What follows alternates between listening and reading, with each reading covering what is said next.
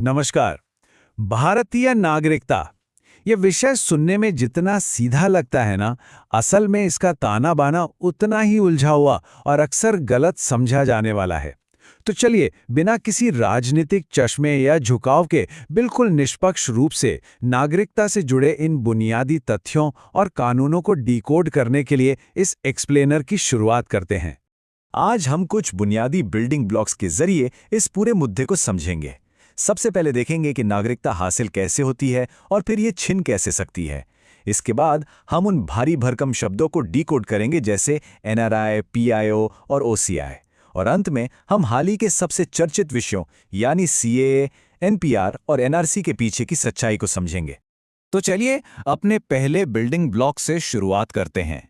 संविधान के वो 5 तरीके जिनसे भारत की नागरिकता कानूनी रूप से हासिल की जा सकती है। भारतीय संविधान हमें मुख्य रूप से 5 रास्ते देता है: जन्म से, वंश से, पंजीकरण से, देशीकरण या नेचुरलाइजेशन से और किसी नए क्षेत्र के भारत में शामिल होने से। दिलचस्प बात यह है कि ये नियम हमेशा एक जैसे नहीं रहे, बल्कि समय के साथ विकसित हुए हैं। उदाहरण के लिए वंश या डिसेंट वाले नियम को ही ले लीजिए। पहले इसमें सिर्फ पिता का नाम चलता था, लेकिन 1992 में लैंगिक समानता या जेंडर इक्वालिटी सुनिश्चित करने के लिए इसमें माताओं को भी छोड़ दिया गया। है ना एक बेहतरीन बदलाव। अब इनमें से नेचुरलाइजेशन वाला तरीका विदेशियों के लिए होता है। एक विदेशी को देसी बनने के लिए एक काफी सख्त टाइमलाइन फॉलो करनी पड़ती है। उन्हें पिछले 14 सालों में से कम 11 साल भारत में रहना होता है और आवेदन करने से ठीक 12 महीने पहले तक लगातार देश में रहना जरूरी है। लेकिन हाँ, सरकार के पास ये अधिकार है कि वो किसी जाने माने वैश्विक कलाकार या बुद्धिजीवी को इन नियमों में छूट दे सकती है। आपको मशहूर गायक अदनान सामी का केस तो याद ही होगा। अच्छा, अब नागरिकता मिल तो गई, पर क्या ये कभी खत्म भी हो सकती है? बिल्कुल, और यही हमारा दूसरा पड़ाव है: त्याग, समाप्ति और वंचित किया जाना। कोई भी व्यक्ति 3 तरीकों से भारत की नागरिकता खो सकता है। या तो वो खुद इसे छोड़ दे, या उसकी नागरिकता समाप्त कर दी जाए, या फिर सरकार उसे इससे वंचित कर दे। यहाँ समाप्ति या टर्मिनेशन का नियम बहुत अहम है। देखिए, भारत में दोहरी नागरिकता या डुअल सिटीजनशिप सख्त मना है। इसलिए अगर कोई भारतीय किसी दूसरे देश का पासपोर्ट अपना लेता है, ठीक वैसे ही जैसे 1990 के दशक में एक्टर अक्षय कुमार ने कनाडा की नागरिकता ली थी, तो उसकी भारतीय नागरिकता अपने आप समाप्त हो जाती है। चलिए, अब इस पूरी पहेली के तीसरे हिस्से की तरफ बढ़ते हैं। ये एनआरआई, पीआईओ और ओसीआई का जो अल्फाबेट सूप है ना, इसे समझना बहुत ज़रूरी है ताकि आगे की नीतियां साफ हो सकें। अक्सर लोग एनआरआई यानी नॉन रेजिडेंट इंडियन को लेकर कंफ्यूज रहते हैं। आपको बता दूं, एनआरआई कोई अलग तरह की नागरिकता नहीं है। ये 100% भारतीय नागरिक ही होते हैं जिनके हाथ में भारतीय पासपोर्ट होता है। बस फर्क इतना है कि ये वीजा पर 1 साल में 182 दिनों से ज्यादा समय देश के बाहर बिताते हैं। लेकिन पीआईओ और ओसीआई का मामला अलग है। भारतीय मूल के विदेशी नागरिकों के बीच ये ओसीआई स्टेटस बहुत ज्यादा डिमांड में रहता है। और हो भी क्यों ना? जहां पीआईओ के लिए लंबी प्रक्रिया थी, वहीं ओसीआई कार्ड होल्डर्स को जीवन भर का वीजा, निवेश में खास छूट और तो और ताजमहल जैसी ऐतिहासिक जगहों पर बिल्कुल हम भारतीयों के बराबर टिकट प्राइस जैसी शानदार सुविधाएं मिलती हैं। इसी प्रक्रिया को और आसान बनाने के लिए 2015 में पीआईओ को ओसीआई में ही मर्ज कर दिया गया था। अब हम आते हैं आज के दौर के सबसे चर्चित विषय पर, नागरिकता संशोधन अधिनियम 2019, जिसे हम सब सीएए के नाम से जानते हैं। आइए इसे बिल्कुल निष्पक्ष होकर समझते हैं। इस टेबल को देखिए, ये इस पूरी पॉलिसी को एक बार में साफ कर देता है। इस अधिनियम ने विशिष्ट समूहों के लिए नियम बदल दिए हैं।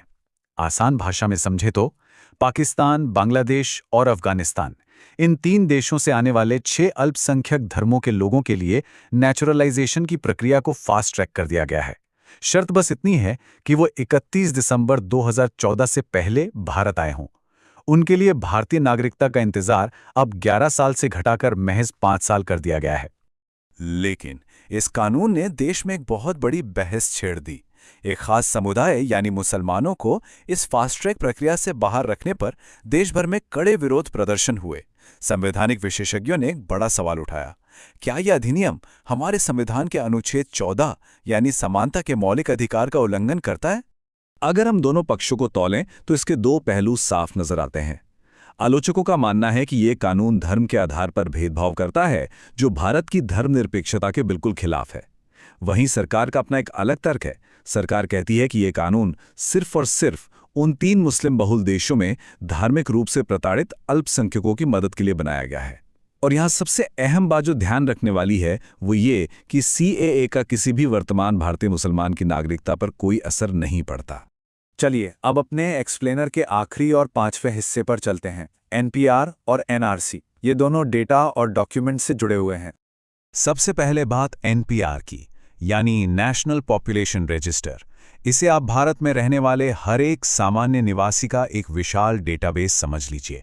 इसमें भारतीय नागरिक, विदेशी और यहाँ तक कि अवैध प्रवासी सब शामिल होते हैं।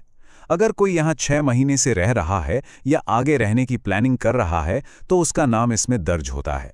सरकार इसका इस्तेमाल मुख्य रूप से संसाधन बांटने और आंतरिक सुरक्षा को मजबूत करने के लिए करती है, ताकि IC 814 हाईजैक जैसी घटनाओं में जो सुरक्षा कमियां सामने आई थीं उन्हें हमेशा के लिए दूर किया जा सके।